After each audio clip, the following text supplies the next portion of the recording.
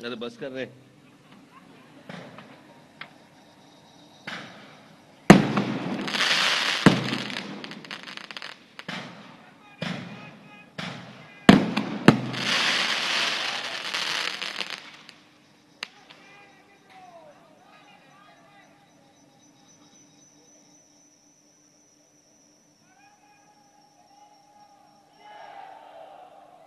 व्यासपीठावरती उपस्थित असलेले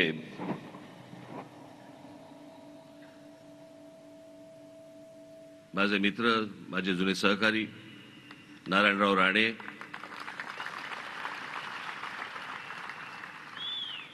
मान्यवर व्यासपीठ आणि माझ्या जमलेल्या सर्व हिंदू बांधवांनो, भगिनींनो आणि मातांनो,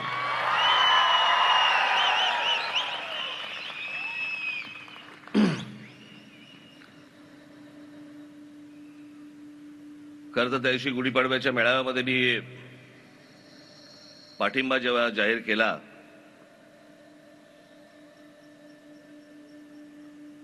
तेव्हा काही फारसं मनात नव्हतं की कुठे सभा घ्यायला लागतील.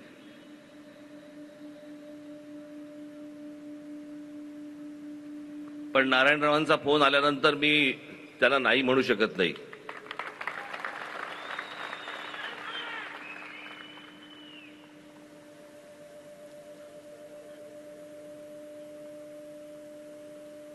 कारण मी संबंध सांभाळणारा माणूस आहे.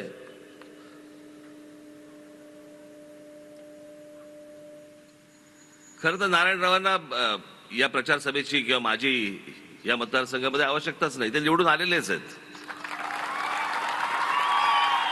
ते मी तुमच्या टाळ्यांसाठी बोलत नाहीये.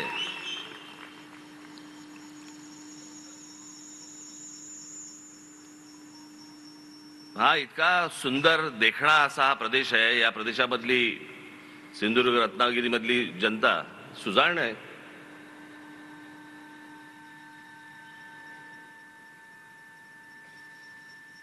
साधी गोष्ट बघा, मी सुजाण अशा अर्थाने बोलतोय की महाराष्ट्र राज्याला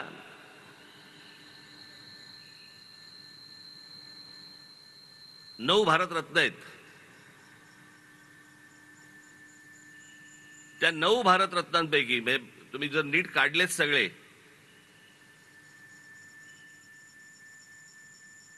तर त्या 9 भारतरत्नांपैकी जवळपास 7 भारतरत्न हे एकट्या कोकणामधनं जातात.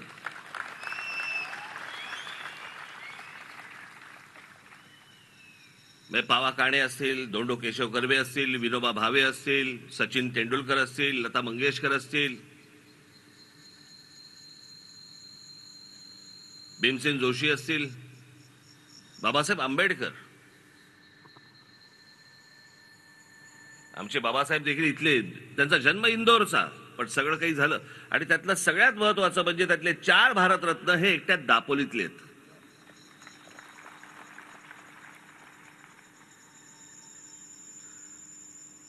आणि म्हणून मी म्हटलं की सुजाण असा हा मतदारसंघ, कोण आपलं भलं करू शकतं, कोण काय करू शकतं माहितीये. आज इथे अनेक पत्रकार बांधव इथे आले आहेत. लांबूनच नमस्कार केलेला बरा. कारण यावेळेला मी ठरवलं होतं की कोणाला मुलाखती फारशा द्यायच्या नाहीत. मुलाखती ज्या द्यायच्या त्या विधानसभेला, त्याच्यामुळे तसे फारसे कोण जवळ यावेळेला आलेच नाहीत माझ्या. पण पाठिंबा जाहीर केल्यानंतरची ही माझी पहिली जाहीर सभा.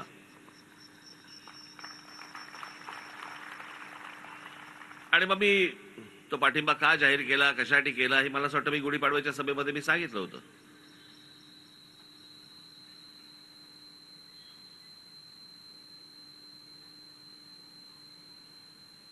मी तुम्हाला एक गोष्ट सांगतो. मी ना सरळ चालणार आहे असा.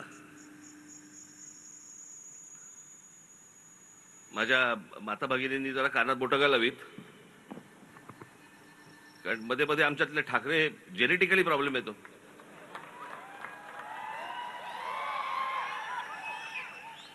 त्याच्यामुळे विचार करताना ना बैलासारखा, बैल जसा मुततो ना तसा विचार नाही करत. बैल चालता चालता मुततो असा असा. मला एखादी गोष्ट समजा पटली तर पटली, मला एखादी गोष्ट जर समजा नाही पटली, शेवटपर्यंत नाही पटणार. तसं 2014 ते 2019च्या दरम्यान ज्या काही गोष्टी केंद्र सरकारकडनं झाल्या, नरेंद्र मोदींकडनं झाल्या, काही गोष्टी ज्या झाल्या मला नाही पसंत पडल्या. ज्या बाबतीत मी 2019च्या सभेमध्ये मी जाहीर त्यांचे स्क्रीनवरती ते दाखवून पण जाहीर विरोध केला त्या गोष्टीला. काही गोष्टी नाही पटल्या, ज्या आजही नाही पटत मला.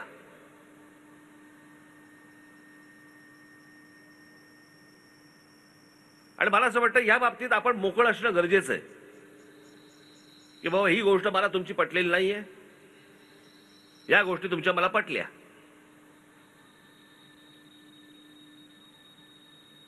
मग ती नोटबंदीची असेल, पुतळ्यांची असेल,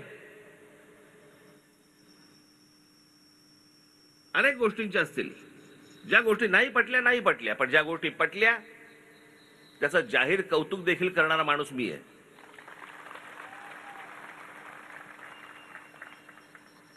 ज्या प्रकारचं 370 कलम काश्मीर बंद रद्द झालं, किती वर्ष ऐकतोय.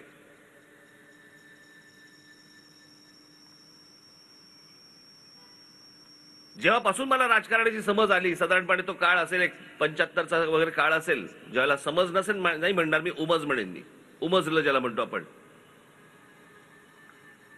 75चा काळ असेल, आणीबाणीचा काळ.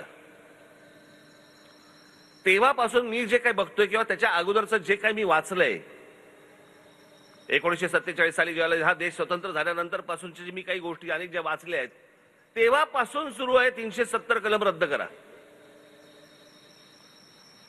आज नरेंद्र मोदींचं सरकार ज्यावेळेला आलं, नरेंद्र मोदींनी त्या काश्मीरमधलं 370 कलम रद्द केलं. 370 कलम रद्द काय होतं की आपल्या देशाचा एक भाग, पण तिथे तुम्ही 1 इंच जमीन विकत घेऊ शकत नाही. हे जे आजपर्यंत होतं हे नरेंद्र मोदींच्या सरकारमुळे झालं, हे तुम्हाला मान्य करावंच लागेल. याच्यासाठी किती वेळा मागण्या झाल्या, किती सरकारांनी सांगितल्या गोष्टी की आम्ही करू, कोणी केलं नाही.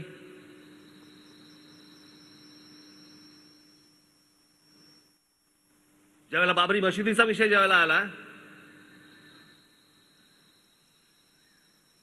आणि ज्यावेळेला देशभरातनं अनेक ठिकाणून ज्यावेळेला कारसेवक ज्यावेळेला तिकडे अयोध्येला गेले, त्यावेळेला ही चॅनल्स नव्हती, फक्त दूरदर्शन होतं. पण त्या दूरदर्शनवरती काही स्लॉट दिले जायचे, काही त्यावेळेचे काही चॅनलचे काही रील्स बिल्स असे काही होते, अर्ध्या असे त्याला स्लॉट दिले जायचे, वेळा दिल्या जायच्या.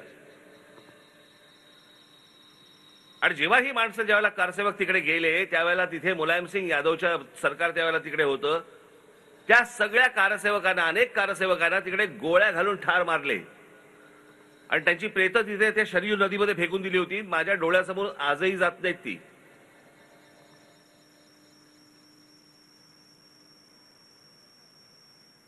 कोण कुठचा बाबर आणि कुठच्या बाबराला सांभाळणारे आमच्याकडच्या अवलादी.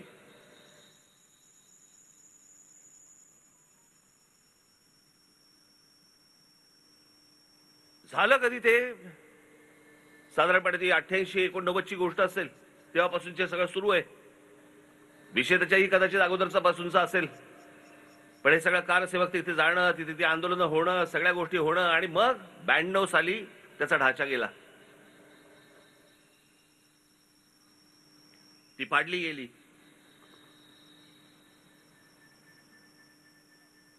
ब्याण्णव साली झालेली गोष्ट आहे ती, 92 साली. त्यावेळेला त्याच्या अगोदर ते सगळे कारसेवक जेव्हा मारले गेले, आणि आता नरेंद्र मोदींचं सरकार असताना कोर्टामधनं राम मंदिर बांधायची परवानगी मिळाली, आणि आज त्यातला पहिली फेज ज्याला आपण म्हणतो, पहिला भाग राम मंदिराचा आज उभा राहिला. तिकडे रामलल्ला तिथे उभे राहिले, प्रतिष्ठापना झाली. जसं काश्मीरचं झालं तसं राम मंदिराचंच आहे. मी तुम्हाला निश्चित सांगतो की नरेंद्र मोदींचं सरकार आणि त्या काळातलं सुप्रीम कोर्ट यांच्यामुळे हे राम मंदिर उभं राहिलं आणि त्या कारसेवकांच्या आत्म्यांना शांती मिळाली. नाही ते शक्य नव्हतं. ज्या गोष्टी योग्य आहेत त्या योग्य आहेत, ज्या गोष्टी अयोग्य आहेत त्या अयोग्य आहेत.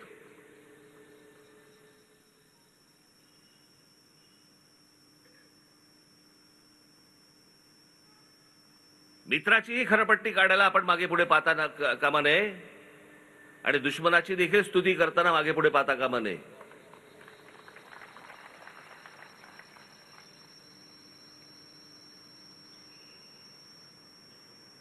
आणि मग मी विचार केला या सगळ्या गोष्टींमध्ये या देशाचं काय झालंय. या देशामध्ये ज्याला उभी फूट हा जरा थोडासा विचित्र शब्द वाटतो, पण व्हर्टिकल स्प्लिट ज्याला म्हणतो आपण, उभी फूटच म्हणतील त्याला. एक तर तुम्ही मोदींच्या बाजूने असा किंवा एक तर मोदींच्या विरोधात असा. 2019ला मी जे बोललोय ना, आजचे जे आहेत ना विरोधी पक्ष, यांची हिंमत नाही त्या गोष्टी बोलायची.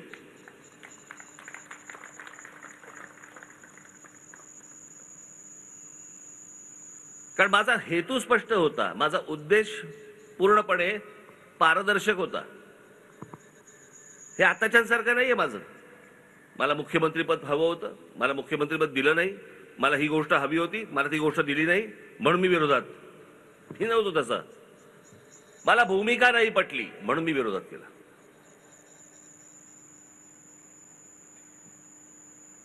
यांच्यासारखं नाही माझं की बदल्यात काहीतरी हवं होतं म्हणून मी विरोध केला. मी नाही विरोध केला त्याच्यासाठी.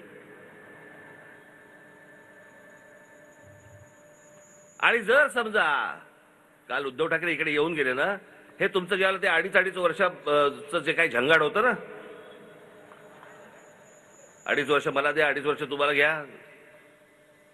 समजा असं पकडूया की त्यावेळेला भारतीय जनता पक्षाने मान्य केले असते तुमची 2.5 वर्ष, आज बोलला असतात का? हे जे आज तुम्ही जे बोलतात हे बोलला असतात का? नसता बोललात. कारण सत्तेचा बोळा कोंबला असतो तोंडात. मग आता काय बोलणार? ती गोष्ट हिरावून घेतली म्हणून आग लागली खाली. नाही तर कशाला बोलतायत?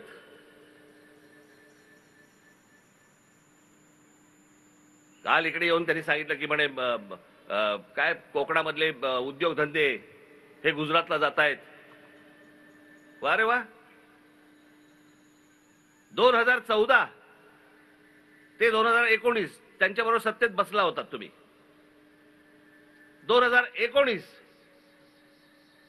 ते आता किती, 2020-22 ते काय जे असेल ते काय 23, तेव्हा तुम्ही मुख्यमंत्री होतात. म्हणजे या महाराष्ट्रामधल्या गेल्या 10 वर्षातली 7.5 वर्ष उद्धव ठाकरे सत्तेमध्ये होते.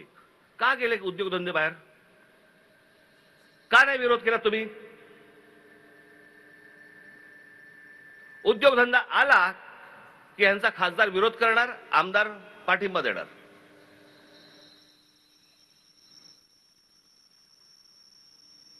आपण का विरोध करतो ते तरी माहितीये का? माहित नाही.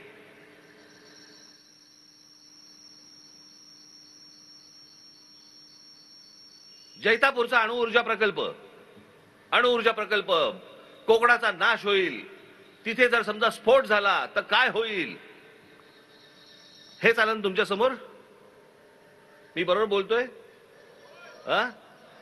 बरोबर ना? त्याचा स्फोट झाला तर काय होईल? मी एक यादी वाचून दाखवतो.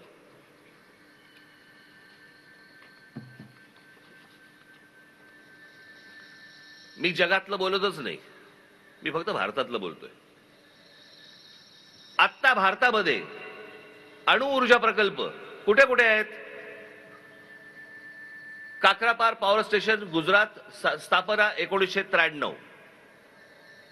Madras atomic power station Tamil Nadu, स्थापना 1984. नारोरा atomic power station Uttar Pradesh, स्थापना 1991. कासगा ऑटोमिक पॉवर स्टेशन कर्नाटक, स्थापना 2000. Rajasthan atomic power station 1980. Tarapur अणुऊर्जा प्रकल्प महाराष्ट्र 1969. कुंदकुलम अणुऊर्जा प्रकल्प तामिळनाडू 2013. एवढे अणुऊर्जा प्रकल्प आत्ता भारतामध्ये आहेत.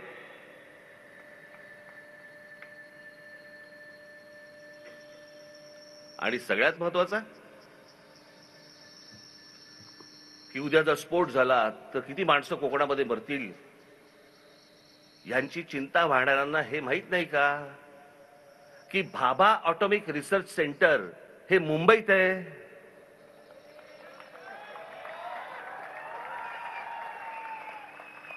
न्यूक्लिअर रिॲक्टर स्फोट झाला तर कसला स्फोट होतो? न्यूक्लिअर रिॲक्टरचा स्फोट होतो. न्यूक्लिअर रिॲक्टर मुंबईत आहे.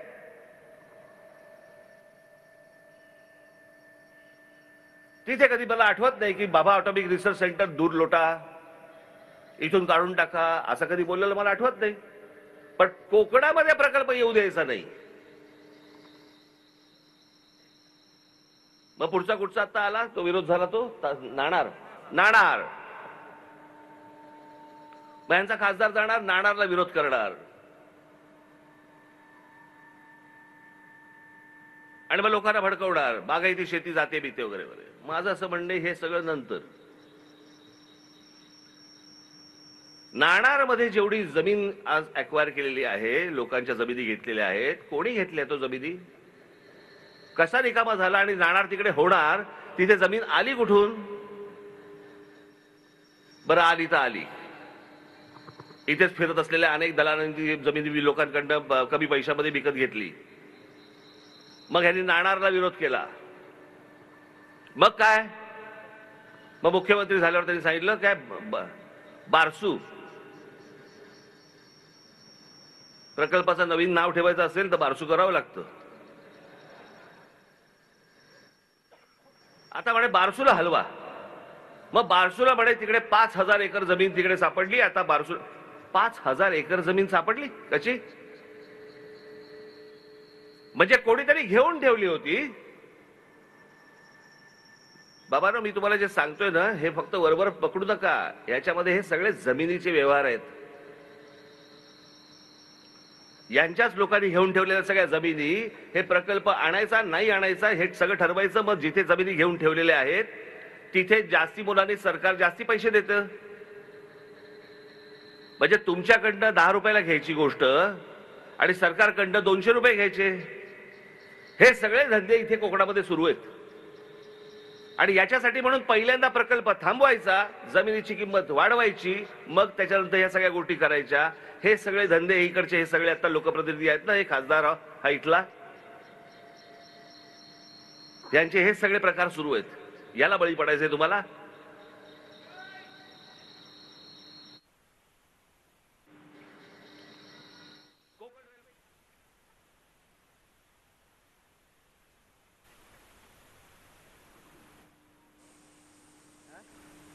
तेव्हा असले दलाल वगैरे फिरत नव्हते इथे कोकणामध्ये. या कोकणामध्ये चांगले उद्योग किती वर्षात झाली प्रदूषण मुक्त.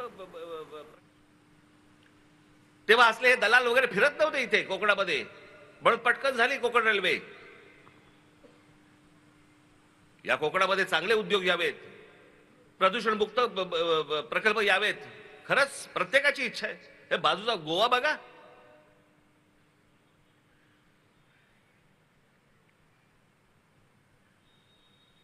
अख्खं जग तिकडे जातं, जग.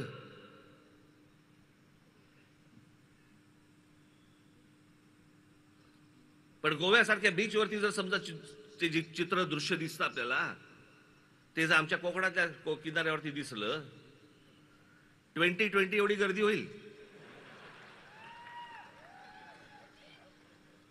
आणि मग आमच्याकडचं काय पालीभूत असतं काय?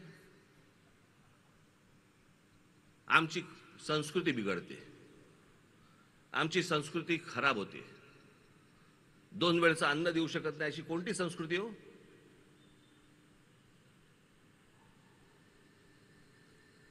इकडची संस्कृती खराब, इकडची संस्कृती मोठी. मग गोवा आणि केरळा तुमचं असंस्कृत आहेत लोक. तुम्हाला एकदा उदाहरण देतो. नवं उघडलं होतं त्यावेळेला मी मलेशियाला गेलो होतो. आणि मलेशियाला गेलो असताना तिकडे एक जेंटिंग हायलँड नावाची एक जागा आहे. आता अनेक लोक गेली असतील. आज मी ते पुन्हा तुम्हाला एकदा उदाहरण देतो. नवं उघडलं होतं त्यावेळेला मी मलेशियाला गेलो होतो. आणि मलेशियाला गेलो असताना तिकडे एक जेंटिंग हायलँड नावाची एक जागा आहे. आता अनेक लोक गेली असतील. मी जेव्हा गेलो त्यावेळेला एक हॉटेल होतं फक्त तिकडे. म्हणजे साधारणपणे किती अंतर असेल पकडूया आपण, मुंबई ते माथेरान एवढं अंतर आहे. तिथे पोहोचलो आम्ही. सहज आपला चोची मारत होतो. म्हटलं खाली जरा विचारपूस केली. म्हटलं किती हॉटेल मोठं होतं ते, पण एकच हॉटेल होतं. म्हटलं काय रे, म्हटलं इथे ऑक्युपन्सी किती आता? ते बोले 100%. म्हटलं 100% ऑक्युपन्सी? म्हटलं काय आहे का इथे? ते बोले इथे कसिनो आहे. म्हटलं बरं. संध्याकाळी मी शर्मिला, अजून आमच्या बरोबरचे अजून कोण कोण दोघे तिघे जण होतो. आम्ही खाली कसिनो मध्ये गेलो. मला जुगार खेळता येत नाही. मी 5 वर्षात एकदा खेळतो.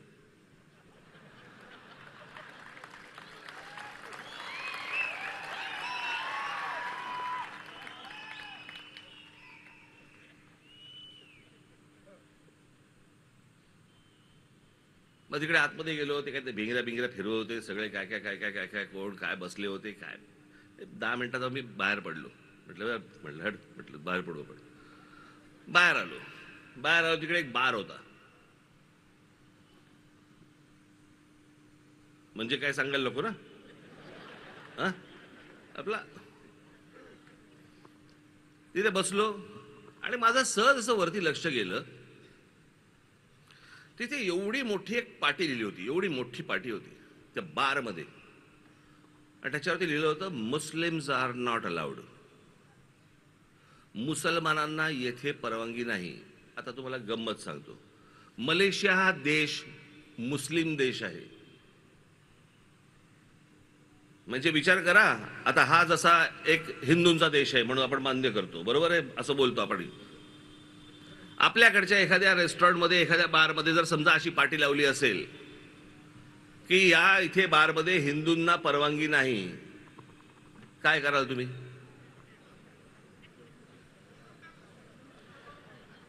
फोडून टाकू म्हणजे पिऊन फोडून टाकू ना.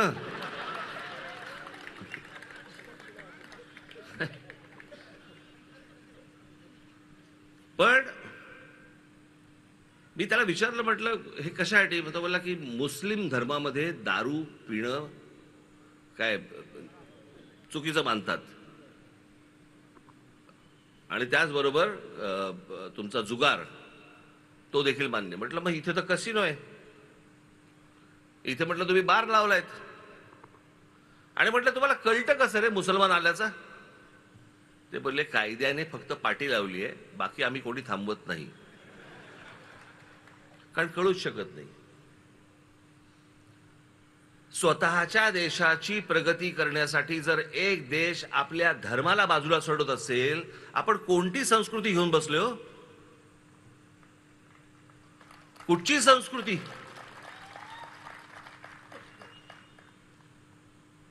आणि मग आपला जो काय बाणा म्हणू आपण की बाय इथे आम्ही या गोष्टी होऊ देणार नाही, आम्ही ही गोष्ट होऊ देणार नाही, आम्ही ती गोष्ट होऊ देणार नाही. बाकीची राज्य पुढे चालली आहेत.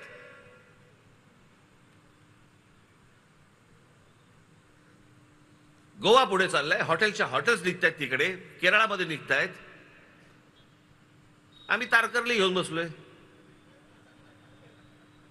तासन तास बसलेत लोक. डॉल्फिन दिसेल, डॉल्फिन दिसेल. कुठचा डॉल्फिन?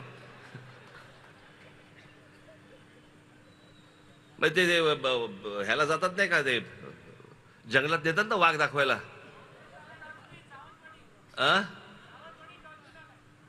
सावंतवाडीत डॉल्फिन आलाय.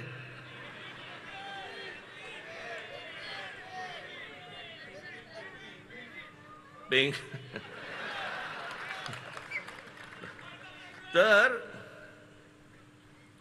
मला तुम्हाला सांगण्याचा उद्देश असा की या सगळ्या बाजूने इतका सुंदर प्रदेश मी तुम्हाला सांगतो. म्हणजे आपल्या कोकणामधला हा संपूर्ण प्रदेश आपला जो आहे ना, त्याला जैवविविधता म्हणतात त्याला. इतक्या वेगवेगळ्या प्रकारची झाडं, पानं, फुलं, या सगळ्या गोष्टी, त्याच्यामध्ये वेगवेगळ्या प्रकारचे पक्षी, प्राणी, असं हे संपूर्ण आपला जो काय म्हणतो सह्याद्रीची रेंज आहे ना, ही आपली अख्खं सगळं जे आहे ना, खास करून हा सगळा प्रदेश, सिंधुदुर्ग, रत्नागिरी, हा सगळा प्रदेश, हा 2 नंबरला येतो जगात. 2 नंबरला. अमेझॉनच्या जंगलानंतर हा प्रदेश येतो आणि या प्रदेशाचा आम्ही काय करतो? काही नाही. पावसाळ्याच्या दिवसामध्ये इथे फक्त लोक येतात, गाड्या लावतात, धबधब्याखाली उभे राहतात. हा इतका सुंदर प्रदेश व्हायला पाहिजे, याच्यामध्ये इतक्या प्रकारच्या गोष्टी यायला पाहिजेत. खरं तर बाकीचे कारखाने सोडून नारायणराव, माझी तर इच्छा फक्त हॉटेल्स आणा इथे आणि इंग्लिश स्पीकिंग कोचिंग क्लासेस आणा.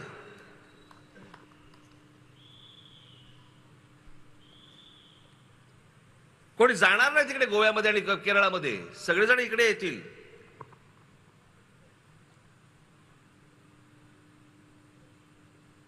जेवढा वेळ मिळाला, मला अजूनही आठवतंय नारायणरावांचा 6 महिने मिळाले होते मुख्यमंत्री पदाचे. जर पुढची 5 वर्ष मिळाली असती ना, कोणाला इथे प्रचाराला याची गरजच लागली नसती.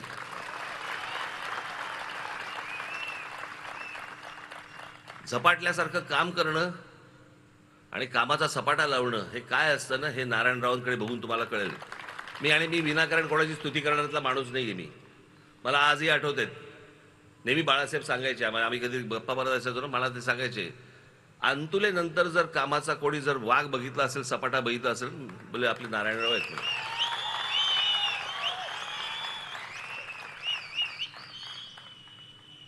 आणि एखादा विषय समजून घेणं, समजल्यानंतर तो मांडणं, हे तुम्ही असं नका पकडू. त्यांनी 4 गोष्टी माझ्याबद्दल चांगल्या बोलल्या म्हणून मी आता त्यांच्याबद्दल चांगल्या गोष्टी बोलतोय. मी खरंच सांगतोय, मला ज्यावेळेला ते मुख्यमंत्री झाले त्यावेळेला मला खरंच प्रश्न पडला होता की हे कसं करणार, हे मुख्यमंत्रीपद सांभाळू शकतील का? तो जो मुख्यमंत्री पदाचा म्हणून जो तो आवाका जो असतो, ही गोष्ट हे कशी सांभाळणार, काय सांभाळणार, खरंच प्रश्न होता.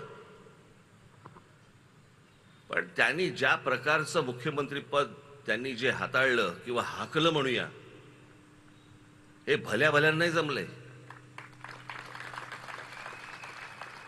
मी तुम्हाला एक उत्तम उदाहरण म्हणून मी तुम्हाला सांगतो. उत्तम उदाहरण, माझ्याबरोबर इथं आमचे अनिल शिदोरे आले असतील. कुठे आहेत? आलेत का? कुठे आली आहेत? नारायणराव, तुम्ही कदाचित विसरून गेला असाल ही गोष्ट. हे आमचे अनिल शिदोरे एके दिवशी आपले मोठी संस्था, आपले अभय बंग माहिती आहेत ना तुम्हाला, सामाजिक संस्था ज्यांची अभय बंग, या अभय बंगांना घेऊन हे आमचे अनिल शिदोरे एके दिवशी नारायणराव मुख्यमंत्री असताना त्यांच्याकडे गेले. सभागृह चालू होतं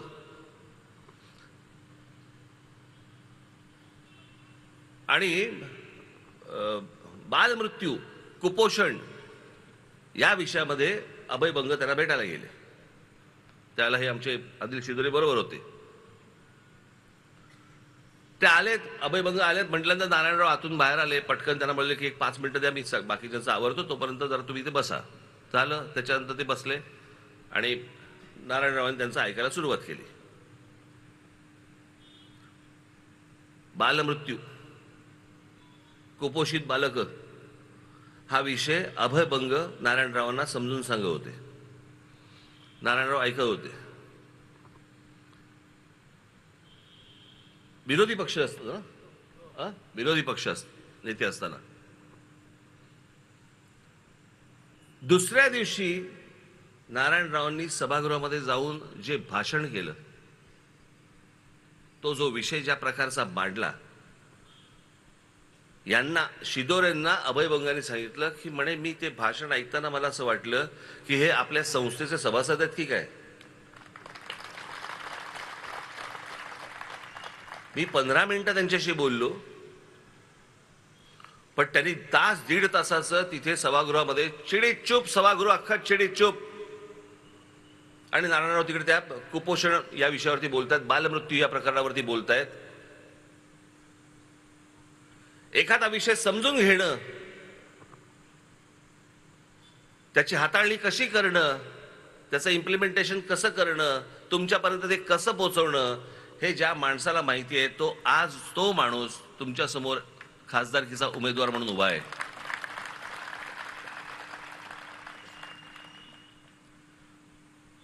माझी सिंधुदुर्ग आणि रत्नागिरीच्या माझ्या सर्व माता भगिनींना माझी विनंती आहे, हात जोडून विनंती आहे,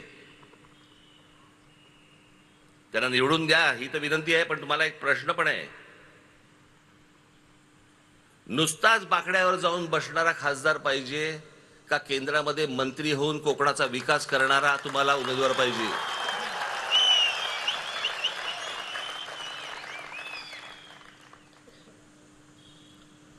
उद्या ज्या वेळेला नरेंद्र मोदींचं सरकार पुन्हा ज्यावेळेला तिथे बसेल येईल त्यावेळेला त्या केंद्रीय मंत्रिमंडळामध्ये आमचे नारायणराव राणे देखील पुन्हा एकदा असतील.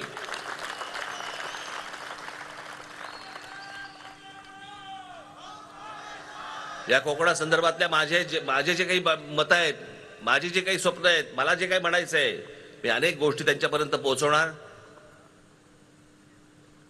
आणि त्यांच्याकडे गेल्यानंतर ए बाबा रे माझ्याकडनं काम नाही होऊ शकत, असं होऊ शकत नाही, त्यातनं ते मार्ग काढणार. हा झाला त्यांचा स्वभाव. आणि म्हणून मला आपल्याला फक्त कोकणवासियांना, माझ्या माता भगिनींना, बांधवांना मला फक्त एवढंच सांगायचंय की जे कोकणामध्ये आपल्याला आणायचंय, ज्याच्यासाठी म्हणून आपल्याला काही वेळेला कोकण सोडावं लागतं, ती गोष्ट जर समजा उद्या कोकणामध्ये जर आपल्याकडे आली, सिंधुदुर्गामध्ये आली, रत्नागिरीमध्ये आली, आपल्याला कोकण सोडावं लागणार नाही, आपल्याला आपल्या जमिनी विकाव्या लागणार नाहीत, आपल्याला आपल्याच परिवारापासून विभक्त होता येणार नाही, व्हायची गरज लागणार नाही. जे व्हायचंय, मिळणार आहे ते सगळं आपल्याला कोकणातच सगळं उभं राहील. आणि यासाठी म्हणून जर समजा तुम्हाला जे काही वाटतंय ते फक्त करू शकणारा माणूस हा फक्त नारायणराव राणे आहे. येत्या 7 तारखेला आपण नारायणरावांना प्रचंड प्रचंड प्रचंड मताने आपण त्यांना विजयी करावं अशी एक आशा अपेक्षा बाळगतो आणि आपण सर्वांची मी रजा घेतो. धन्यवाद. जय हिंद, जय महाराष्ट्र.